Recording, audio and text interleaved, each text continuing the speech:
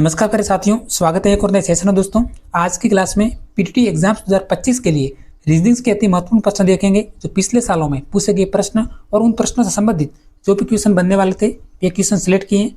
आज की क्लास में हम कुल 15 क्वेश्चन देखेंगे, तो इस क्लास को अंत तक जरूर देखिएगा और 15 क्वेश्चन में से 10+ क्वेश्चन के आंसर देने की कोशिश करें। हमारा पहला क्वेश्चन है भारत नई दिल्ली, यानी जिस प्रकार भारत का संबंध है जो कि नई दिल्ली से, उसी प्रकार जापान का संबंध किससे है। क्वेश्चन है यानी भारत की राजधानी जो नई दिल्ली है, इसी प्रकार जापान की राजधानी कौन सी है। ऑप्शन नंबर दे रखे हैं रोम, मुंबई, पेरिस और टोक्यो। वीडियो को थोड़ा सा रोकिए और आंसर देने की कोशिश करिए। हम लॉक करेंगे ऑप्शन नंबर डी को, टोक्यो हमारा राइट आंसर है। इसी प्रकार चीन, तो चीन की राजधानी है वो बीजिंग। फिर है रूस की जो राजधानी है वो है मॉस्को। ये क्वेश्चन आ सकता है, इंपॉर्टेंट है और वायरल क्वेश्चन भी है। इसी प्रकार इजराइल, जो इजराइल की राजधानी है वो है जेरूसलम। अब हम देखेंगे अगला क्वेश्चन। क्वेश्चन नंबर 2 है दी गई श्रृंखला को पूर्ण करो। श्रृंखला को पूर्ण करना है, एक अंक श्रृंखला दे रखी है। इस अंक श्रृंखला में प्रश्नवाचक चिन्ह पे कौन सा अंक आएगा, ये हमारा क्वेश्चन है। तो देखिए, सर्वप्रथम जो भी आपको श्रृंखला दे रखी है इसमें अंतर निकालना। 10 और 11 के मध्य, 11 और 14 के मध्य, 14 और 19 के मध्य हमारी अगली संख्या है जो कि अपने आगे मिलेगी। तो देखिए 10 और 11 के मध्य कितना अंतर है, तो है एक संख्या का। जब हम 11 में से 10 घटाएंगे तो हमारा 1 आएगा। इसी प्रकार 14 और 11 का जो अंतर है वह 3 संख्या का, ठीक है। 11, 12, 13, 14। फिर 14 और 19 के मध्य जो हमारा अंतर है वो 5 संख्या का। तो देखिए 1, 3, 5। जो हमारी अगली सीरीज होगी वो होगी 7, क्योंकि विषम अंक चल रहे हैं। 1, 3, 5 और 7 सभी विषम संख्याएं, तो हमें 19 में 7 ऐड करना है। जब हम 19 में 7 ऐड करेंगे तो हमारी संख्या आएगी, वो आएगी 26। तो कौन सा ऑप्शन है, ऑप्शन नंबर डी। ऐसे आपको पीटीटी एग्जाम्स में कुल 4 से 5 क्वेश्चन देखने को मिलेंगे, केवल आपको अंतर निकालना है, आपका आंसर जरूर मिलेगा। फिर देखते हैं अगला क्वेश्चन। क्वेश्चन नंबर 3, यह भी प्रश्न एग्जाम्स में आया हुआ है। यदि C बराबर 3, CAT बराबर 24, तो BAT बराबर कितना होगा। यानी C का बराबर, यानी C का मान 3 दे रखा है, CAT का जो मान है 24 दे रखा है, तो BAT का मान है जो कि हमें ज्ञात करना है। तो कुछ नहीं करना, जो भी आपको वर्णमाला अक्षर है इनका जो नंबर है वो काउंट है। यानी C का बराबर जो मान होता है वो होता है 3, यानी वर्णमाला क्रमांक है वो 3 होता है। इसी प्रकार CAT, तो CAT का वर्णमाला क्रमांक कितना होता है, C, A और T। तो हमें पता है कि C का जो वर्णमाला क्रमांक है वो तो होता है 3। इसी प्रकार A का 1 होता है और T का जो वर्णमाला क्रमांक होता है वो होता है 20, क्योंकि T20 आपको याद नहीं रखना है, इस प्रकार याद रखना है T20।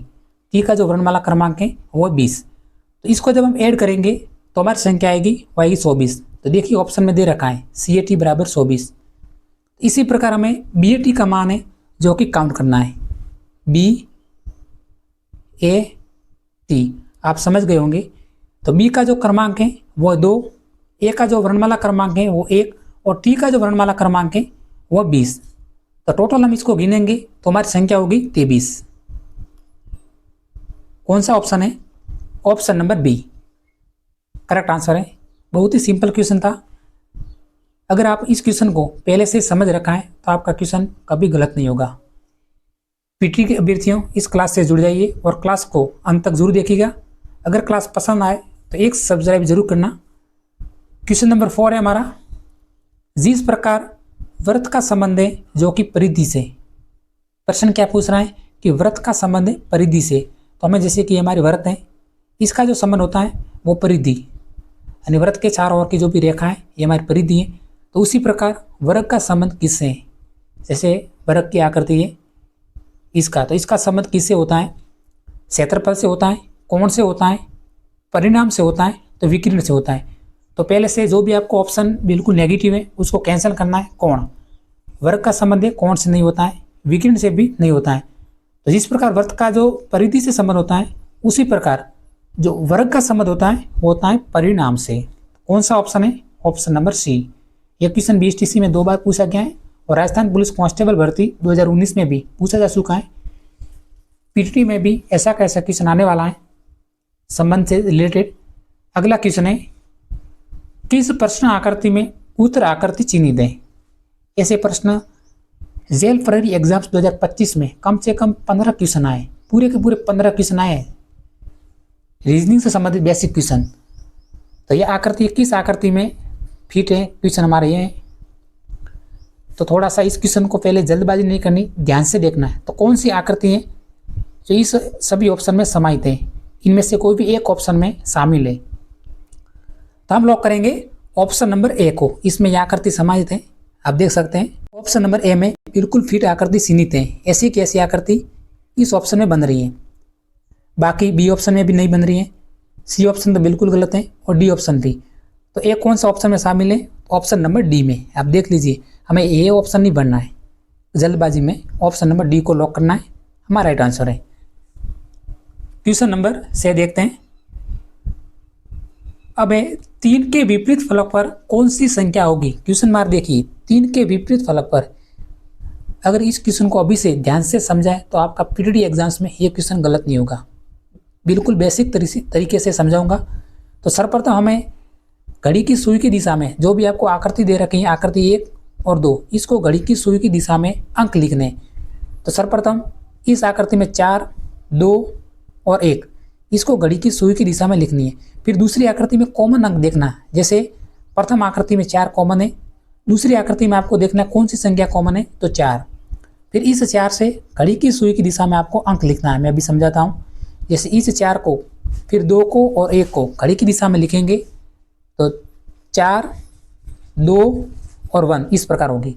फिर इस 4 को इस आकृति के जस्ट आपको नीचे लिखना है, 4 नीचे और 4। फिर जस्ट सुई की दिशा में कौन सी संख्या प्रथम अक्षर आ रहा है? 4 के बाद वो आ रहा 3, तो 2 के नीचे जस्ट 3। फिर 3 के बाद कौन सी संख्या आ रही है? वो आ रही 5। आप समझ गए होंगे, बहुत आसान तरीका है। तो देखिए 1 के विपरीत जो हमारी संख्या है वो 5, तो 1 कैंसिल हो गया, 5 कैंसिल हो गया, क्योंकि जो 1 और 5 है दोनों आपस में विपरीत संख्या है। प्रश्न क्या पूछ रहा है कि 3 के विपरीत, तो 3 के विपरीत संख्या देख लीजिए। 3 के विपरीत फलक पर जो हमारी संख्या है वो 2। तो कौन सा ऑप्शन है? Option number C. बताइए बेसिक तरीका है का नहीं? ऑप्शन नंबर सी हमारा राइट आंसर है। उम्मीद करते हैं कि क्वेश्चन आप अब एग्जाम्स में गलत नहीं करोगे। फिर आपको प्रैक्टिस ज़रूर करना है, क्योंकि प्रैक्टिस करना अनिवार्य। कम समय में आपको कुल 50 क्वेश्चन रीजनिंग के करने पड़ेंगे। क्वेश्चन नंबर 7, निम्न चित्र में घन की विभिन्न सतह दिखाई गई हैं। ध्यानपूर्वक अध्ययन कर बताएं कि 3 के विपरीत फलक पर कौन सा अंक होगा। पहली जो हमारी आकृतियां थी वो 2 थी, लेकिन इसमें जस्ट आकृतियां हैं वो 3 है। तो आपको सर्वप्रथम कॉमन अंक जरूर देखना। इस आकृति में आपको कम से कम जब आपको 3 घन दिखाई देंगे तो उसमें जो कॉमन अंक 2 होगी। जैसे देखिए प्रथम आकृति में हमें एक कॉमन ले रहे थे, एक कॉमन, लेकिन आपको इस आकृति में एक कॉमन नहीं लेना है। इसमें आपको 2 संख्या कॉमन लेनी है। तो इसमें कौन सी 2 संख्या जो कि कॉमन है? तो देखिए 2 और 3 ये संख्या कॉमन है। फिर सेकंड आकृति में 2 और 3, बताइए। फिर 1 और 3 ये कॉमन दिख रही है, बिल्कुल आकृति 1 और 3 कॉमन है। इसमें देखिए 1 और 3 ये भी कॉमन है। तो पता चल रहा है आपको।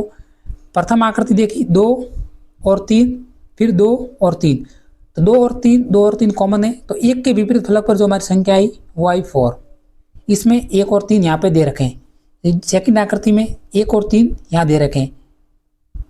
तो फिर 5 के विपरीत कौन सी संख्या आई? 5 के विपरीत फलक पर जो हमारी संख्या आई 2, 5 के विपरीत फलक पर, तो संख्या 1 कैंसिल हो गई। फिर 5 के विपरीत 2 आ रहा है, तो ये भी कैंसिल हो गया, ये भी कैंसिल हो गया। 3 के विपरीत फलक पर कौन सी संख्या आ रही है? वो आ रही है 5 और 6, ऑप्शन नंबर बी। दोबारा समझिए, कई विद्यार्थी कन्फ्यूजन जरूर हुए होंगे इस क्वेश्चन में, बिल्कुल बेसिक है। फिर से समझिए, इस आकृति में 1 और 3 दोनों कॉमन है। फिर सेकंड आकृति जस्ट देखिए, इसमें 1 और 3 कॉमन दिखाई दे रहे हैं। तो अब हम विपरीत फलक निकालेंगे। तो इसमें यहाँ पे कौन सा दे रखे संख्या? 5, तो 5 लिख देता हूँ मैं, ये 5 लिखा। फिर इस आकृति में कौन सी संख्या कॉमन है? 2, तो मैंने जस्ट इस 5 के विपरीत लिखा 2, ये आपस में कॉमन है। 5 के विपरीत 2 है, 2 के विपरीत 5 है, तो फिर ऑप्शन 2 कैंसिल हो गया, फिर 5 कैंसिल हो गया। अब हमें इन दोनों ऑप्शन में से कौन सा एक ऑप्शन ढूंढना है जो 3 के विपरीत फलक पर है। तो फिर जस्ट दूसरी आकृति देखनी है। दूसरी आकृति कौन सी संख्या कॉमन है, 2 और 3। आप देख सकते हैं यहाँ पे 2 है, यहाँ पे 3 है। मैं थोड़ा सा ब्लैक कलर से लिखता हूँ, ये 2 है और ये 3 है, इसमें ये 2 है और ये 3 है। तो विपरीत फलक पर कौन सी संख्या हुई, 1 और 4। तो ऑप्शन में 1 कैंसिल हो गया। स के विपरीत फलक पर 3 अपने आप आंसर निकल रहा है, देख लीजिए। ऑप्शन नंबर बी हम लॉक करेंगे, हमारा राइट आंसर है। अभी तक समझ में नहीं आया तो आप प्रैक्टिस करना, क्योंकि रीजनिंग हमेशा प्रैक्टिस से हल होगी। राजस्थान पुलिस में भी काम आएगी, राजस्थान के अन्य एग्जाम्स में उसमें भी ऐसे कैसे प्रश्न आते हैं।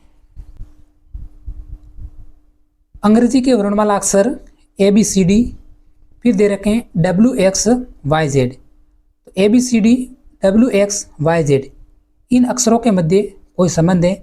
उसी प्रकार EFGS और प्रश्नवाचक चिन्ह पे कौन से अक्षर आएंगे, ये हमारा क्वेश्चन है। ये क्वेश्चन PTT एग्जाम्स 2011 में पूछा गया था। तो सर्वप्रथम आपको समझना है थोड़ा सा, ABCD WXYZ कुछ नहीं है, सिंपल क्वेश्चन है। तो ये सभी अक्षर दे रखे हैं, वो विपरीत अक्षर दे रखे हैं। जैसे A के विपरीत अक्षर जो हमारा होता है वो होता है Z, फिर B के विपरीत जो हमारा अक्षर होता है वो होता है Y, फिर C के विपरीत अक्षर होता है हमारा X, और D के विपरीत अक्षर होता है वो होता है W। देखिए मैं आपको सीरीज लिखकर समझाता हूँ। जैसे हमारी वर्णमाला सीरीज दे रखी है, इसमें देख सकते हैं ABCD, ये देख लीजिए ABCD, फिर इसके विपरीत अक्षर हैं WXYZ, जस्ट उल्टे W X Y और Z। तो इसी प्रकार EFGS ये दे रखे हैं EFGS, इसके जस्ट उल्टे अक्षर पूछे। तो उल्टे अक्षर कौन से हैं, सीरीज में देखेंगे तो जो हमारा उल्टा अक्षर आएगा V आएगा, उसके बाद उल्टा अक्षर आएगा U आएगा, फिर T आएगा, फिर जो हमारा अक्षर आएगा वो आएगा S। तो STUV कौन सा ऑप्शन है, ऑप्शन नंबर A STUV, क्योंकि ए का जस्ट उल्टा Z लिखा है, B का जस्ट उल्टा Y लिखा है, C का जस्ट उल्टा X लिखा है और D का जस्ट उल्टा W।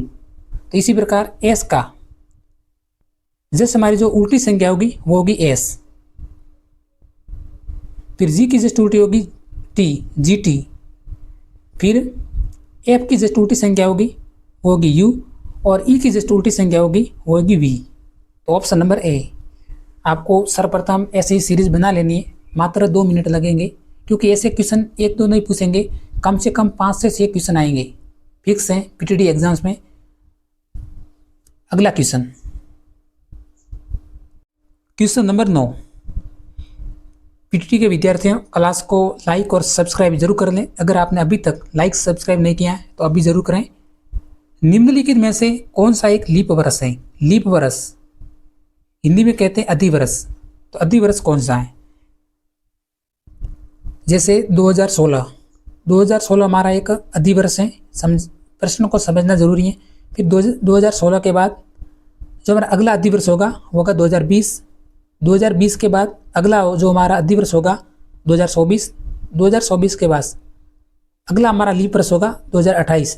इसमें आपको अंतर दिखाई दे रहा होगा, 4 वर्ष का अंतर है सभी में। लीप वर्ष का मतलब है कि जो फरवरी होती है वो होती है 29 दिन की। तो इनमें से कौन सा ऑप्शन है, तो सर्वप्रथम आपको जो भी ऑप्शन दिखाई दे उसमें आपको 4 का भाग लगाना है अंतिम 2 संख्याओं में, जिसमें 4 का भाग पूरा जाएगा वो हमारा लीप वर्ष होगा। तो ऑप्शन नंबर सी आप देख लीजिए, ऑप्शन नंबर सी में 4 का भाग पूरा जाएगा 16 में। तो ये हमारा 2016 है जो कि लीप वर्ष है। लीप वर्ष इसलिए क्योंकि जब 2016 में जो हमारी फरवरी है वो 29 दिन की है।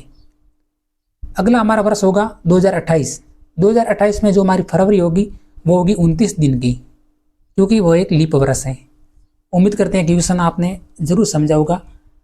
केवल PTT एग्जाम्स में नहीं, BSTC exams, Rajasthan police exams और अन्य एग्जाम्स के लिए इम्पोर्टेंट है। अब क्वेश्चन नंबर 10। इस क्वेश्चन को अंग्रेजी का क्वेश्चन समझकर हमें स्किप नहीं करना है, समझना है, क्योंकि यह क्वेश्चन रीजनिंग्स का है। अर्थ का संबंध दे रखा है मून से, तो आप समझिए कि अर्थ और मून इसमें आपस में क्या संबंध बन रहा है। Earth moon. तो पृथ्वी के सार और चंद्रमा एक पृथ्वी का उपग्रह है। प्रश्न समझिए। तो इसी प्रकार एशिया और इंडिया आपस में कोई संबंध नहीं है। फिर शिप और बोट, इसमें भी कोई भी संबंध नहीं है। सन और यूरेनस, ये हमारा राइट आंसर है, क्योंकि देखिए सूर्य का जो उपग्रह है वो हमारा यूरेनस है। तो ऑप्शन नंबर सी।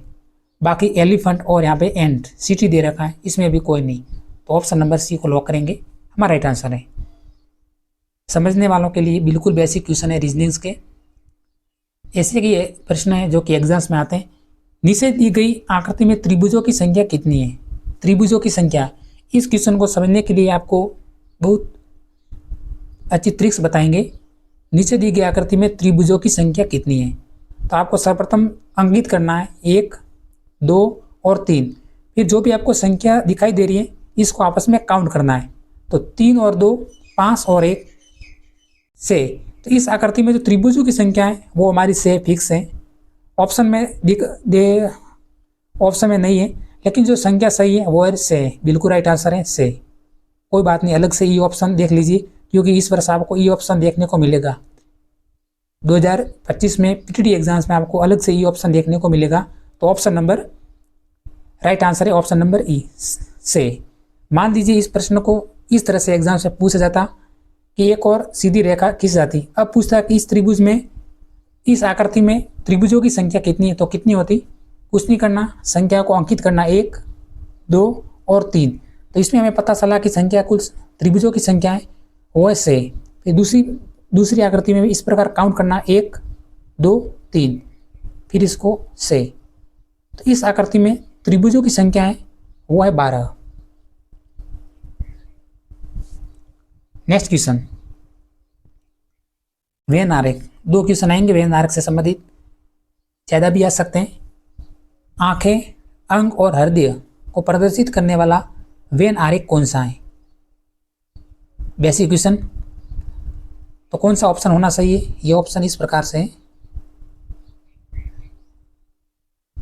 थोड़ा सा सही कर देते हैं बॉक्स को, इस प्रकार से। तो आंखें, अंग और हृदय को प्रदर्शित करता हुआ वेन आरेख। तो ऑप्शन नंबर 3 हमारा राइट आंसर है। अंग के अंतर्गत आंखें भी आती हैं और हृदय भी। बेसिक क्वेश्चन है, कोई भी अगर संबंध नहीं होता तो हम ऑप्शन 2 भरते। जैसे मान लीजिए क्वेश्चन आ गया पुस्तक, कौआ और मेढक, तो उसमें कोई भी संबंध नहीं है तो ये भरते। लेकिन इसमें आपस में संबंध बन रहा है। अंग के अंतर्गत आंखें भी आती है और हृदय, तो ऑप्शन नंबर 3। क्वेश्चन नंबर 13, दी गई प्रश्न आकृति का सही जल प्रतिबिंब बताइए। जल प्रतिबिंब, बीएसटीसी और पीटीटी के अभ्यर्थियों वीडियो को स्किप नहीं करें। बीएसटीसी एग्जाम्स हो चुका है, अब हमारा पीटीटी एग्जाम्स होना बाकी है। तो आकृति का जल प्रतिबिंब पूछा है। जल प्रतिबिंब, जैसे ए का जल प्रतिबिंब निकालेंगे तो इस प्रकार बनेगा, जस्ट उल्टा। बस आपको इस ए को याद रखना है, जो भी संख्या दे रखी है उसको उल्टा करना है, जल प्रतिबिंब निकलेगा। मान लीजिए बी दे रखा है, बी का जल प्रतिबिंब क्या होगा? तो बी का जल प्रतिबिंब सेम होगा बी। अगर बी दे रखा और इसका जल प्रतिबिंब की जगह दर्पण प्रतिबिंब पूछता तो बी का दर्पण प्रतिबिंब इस प्रकार बनता, जस्ट राइट साइड में उल्टा। दर्पण प्रतिबिंब पूछे तो आपको जस्ट राइट साइड में उल्टा करना है। अगर जल प्रतिबिंब पूछे तो जस्ट आपको विपरीत करना है। इस प्रकार मैंने आकृति में किया है। तो इस आकृति को कुछ नहीं करना, उल्टा करिए। तो कौन सी आकृति बनेगी जब इस आकृति को उल्टा करेंगे? तो ऑप्शन नंबर 2 ये आकृति बनेगी। मात्र 5 सेकंड का क्वेश्चन है। तो ऑप्शन नंबर बी हम लॉक करेंगे, हमारा राइट आंसर है। क्वेश्चन है 27, प्रश्नवाचक चिन्ह 125 और 25। तो 25 से 125 किस प्रकार बन रहे हैं? फिर प्रश्नवाचक चिन्ह पे कौन सी संख्या आएगी? ये हमारा क्वेश्चन है। PTT exams 2014, Rajasthan police, BSTC exams और पीटीटी में वापस 2023 में पूछा गया प्रश्न है। तो समझना है 25। तो देखिए 5 का स्कोर कर रहे हैं तो हमारा 25 आ रहा है, 5 का स्कोर 25। फिर 25 को वापस 5 से गुणा करिए तो हमारी जो संख्या आ रही है वो आ रही है 125। तो फिर 3, जब हम 3 का स्कोर करेंगे तो हमारी संख्या आएगी 9। फिर 9 का वापस 3 से गुणा करेंगे, जो हमारी संख्या आएगी वो आएगी 27। आपस में संबंध मिल रहा है। तो ऑप्शन नंबर ए बिल्कुल राइट आंसर है। क्वेश्चन को आपको जल्दी से जल्दी समझा रहा हूँ ताकि आपको कम समय में ऐसे क्वेश्चन है जो कि जल्दी से जल्दी समझ में आ जाए। अब हम देखेंगे अंतिम क्वेश्चन, प्रश्नवाचक चिन्ह पे कौन सी संख्या आएगी।